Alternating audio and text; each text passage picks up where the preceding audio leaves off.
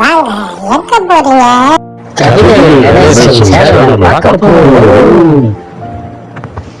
Subscribe பண்ணுங்க, like பண்ணுங்க, கவிதை கணேசன் சேனலை பாருங்க.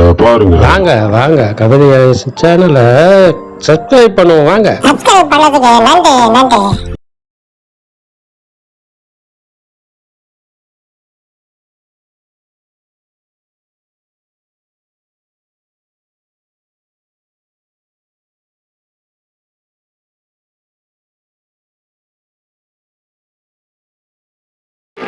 ஆனாலும் அவருடைய உழைப்பும் உறுதியும் இந்த நூல் வெளியீடு இன்று நடைபெறுவதற்கு காரணமாக இருந்தது. அவருக்கு நம்முடைய கல்லூரியின் சார்பிலும் தமிழ் துறையின் சார்பிலும் மனமார்ந்த நன்றியை தெரிவித்துக் கொள்வதை பெருமகிழ்வு அடைகிறேன்.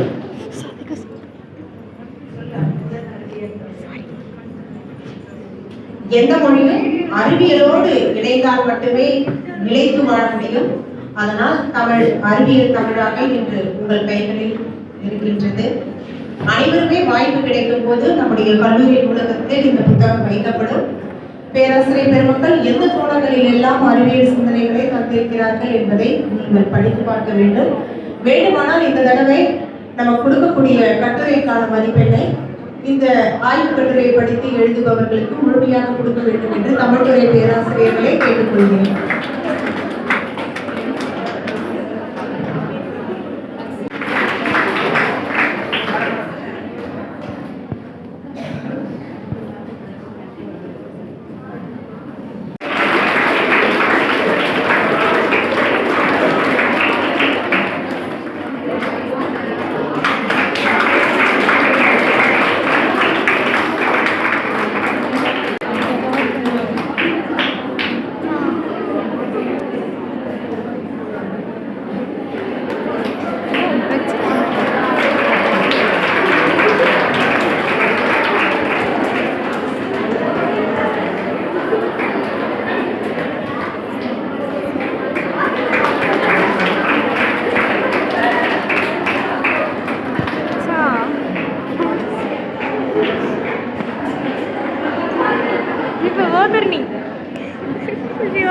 frame விட்டதெல்லாம் வாடி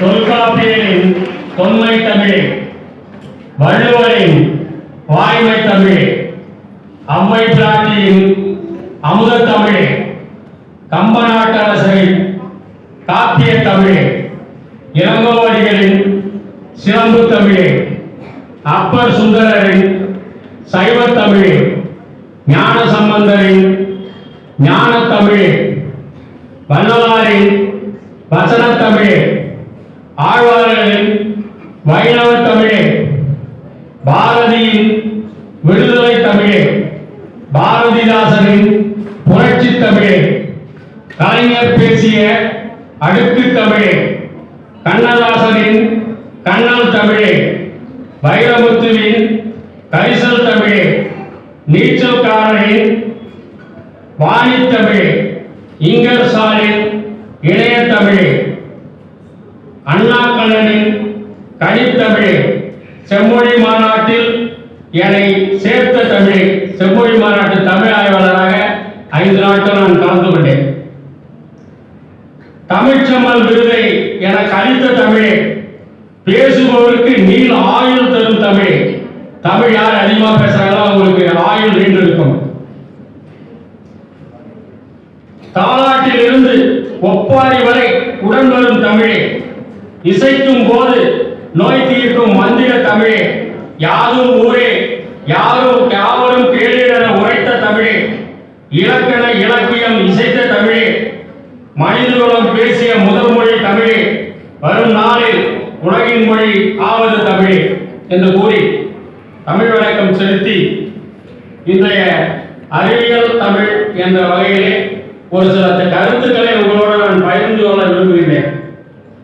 தமிழ் முதலில் தோன்றிய மொழி என்ற வகையிலே இதில் உருவாகியிருக்கக்கூடிய அனைத்து விஞ்ஞானமும் இந்த மொழியிலிருந்து தான் உருவானது என்பதற்கு சங்க நூல்கள் ஆதாரமாக இருக்கின்றன.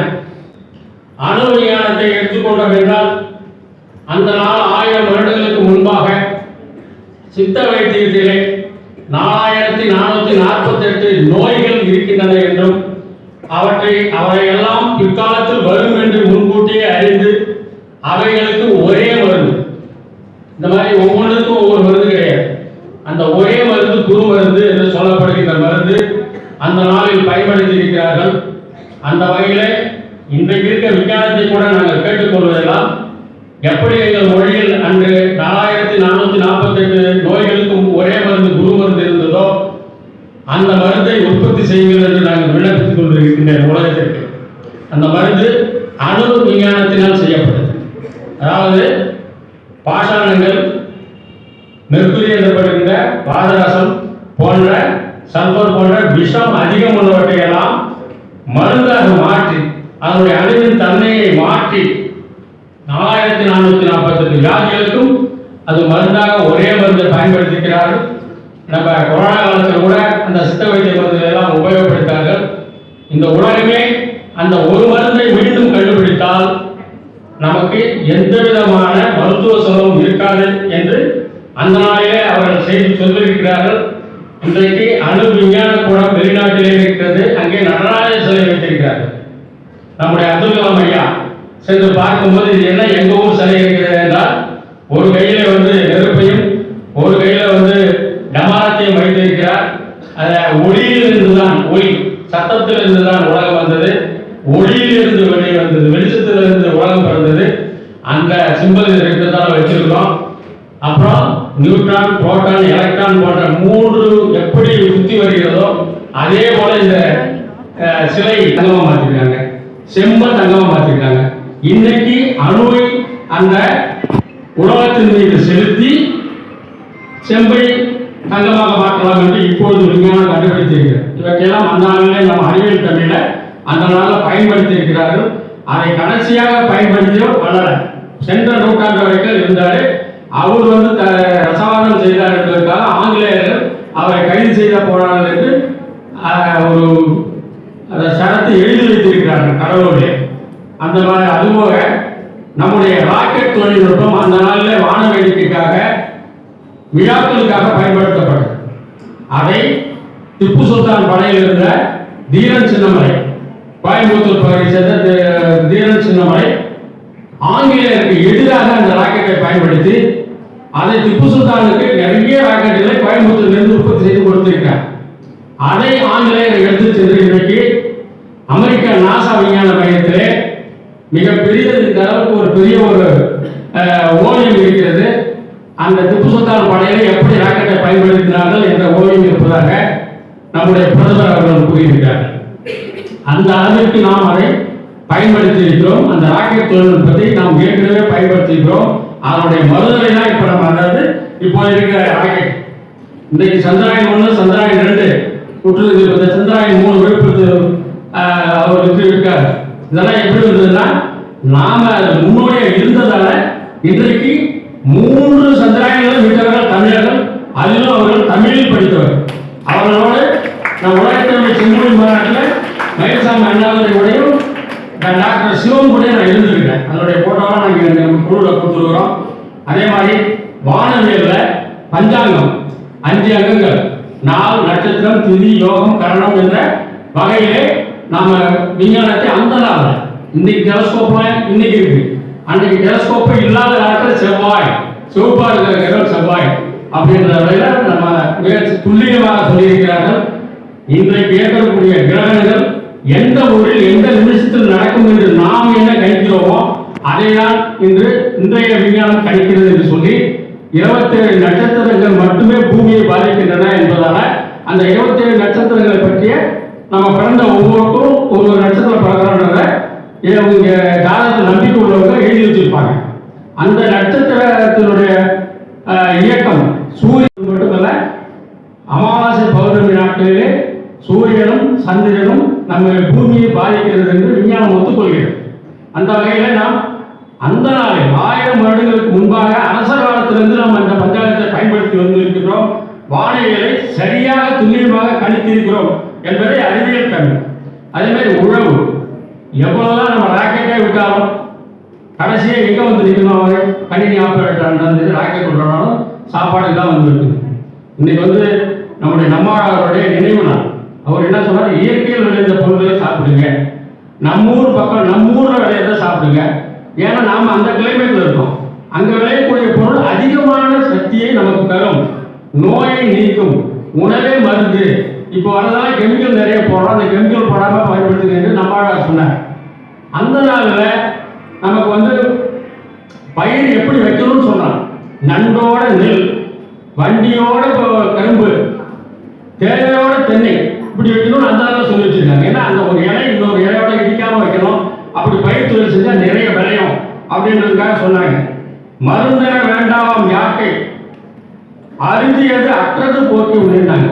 இன்னைக்கு ஒரு மிக முக்கியமான யோக கலையில நம்ம தான் முன்னேறோம். உலகத்துக்கு யோகம் கற்று தந்திருக்கிறோம். அடுத்தது தற்காப்பு கலைகள் இன்னைக்கு இருக்கிறது. இன்னைக்கு செஸ்ல உலகம் நம்ம ஜெயிச்சிருக்கிறோம். அந்த செஸ் பிறந்த இடம் நம்ம நாடு தமிழ்நாடு. அதனால அரசர்கள் வைத்து விளையாட்டு இன்னைக்கு செஸ் என்ற பேர்ல வந்திருக்கு. இன்னைக்கு நம்ம தமிழ்நாட்டிலேருந்து ஒருத்தர் போய் உலக சாம்பியன் 18 வயசுல வந்திருக்கிறாருன்னா காரணம் தோன்றிய இடத்தில் அது வந்திருக்கு. அதே மாதிரி 2 மிக முக்கியமான யோகக்கலை, அடுத்து மூச்சு பயிற்சி. இந்த 2 இப்போ நான் ஒரு 2 நிமிஷத்துல சொல்லிக் கொடுக்க போறேன். நான் கிட்டத்தட்ட 1 லட்சம் ரூபாய் செலவு பண்ணி கற்றுக்கிட்டேன். உங்களுக்கு 2 நிமிஷத்துல நான் சொல்லிக் கொடுக்க போறேன். மிக கவனமா கேளுங்க, பயன்படுத்துங்க. இந்த மூச்சு பயிற்சி செய்வதால என்ன உங்களுக்கு பலன் கிடைக்கும்னா, இதை தொடர்ந்து 20 நிமிஷம் செய்யக்கூடிய அளவுக்கு நீங்கள் கற்றுக்கொண்டால் நீங்கள் என்ன நினைக்கிறீர்களோ அது நடக்கும். உங்க நண்பர்கிட்ட பேசணும்னு நீங்க நினைச்சீங்கன்னா மறுநாள் உங்க நண்பர் போன் பண்ணுவார். இதை நீங்க முயற்சி பண்ணி பாருங்க, நடக்குதா என்னன்றதை நீங்க கண்டுபிடிங்க. உடலில் இருக்கிற நோய்கள் எல்லாம் நீங்கும். மிக எளிமையாக இருக்கும். அதனால யாரும் வந்து இதான் நினைக்காதீங்க. நம்ம இந்தியா தான் யோகா கலைக்கு, இங்கிருந்து தான் யோகா கலை எல்லா நாட்டுக்கும் பரவுச்சு. அந்த வகையில் ஒரு சின்ன முடிச்சிடணும். யோகம் ஒன்று காலையில் 5 மணிக்கு எந்திரிக்கணும். இந்த 2 மட்டும் சொல்லி கொடுத்துறேன். காலையில் 5 மணிக்கு எந்திரிக்கணும். உட்காரணும். நீங்கள் எப்படி வேணாலும் உட்காந்துங்க.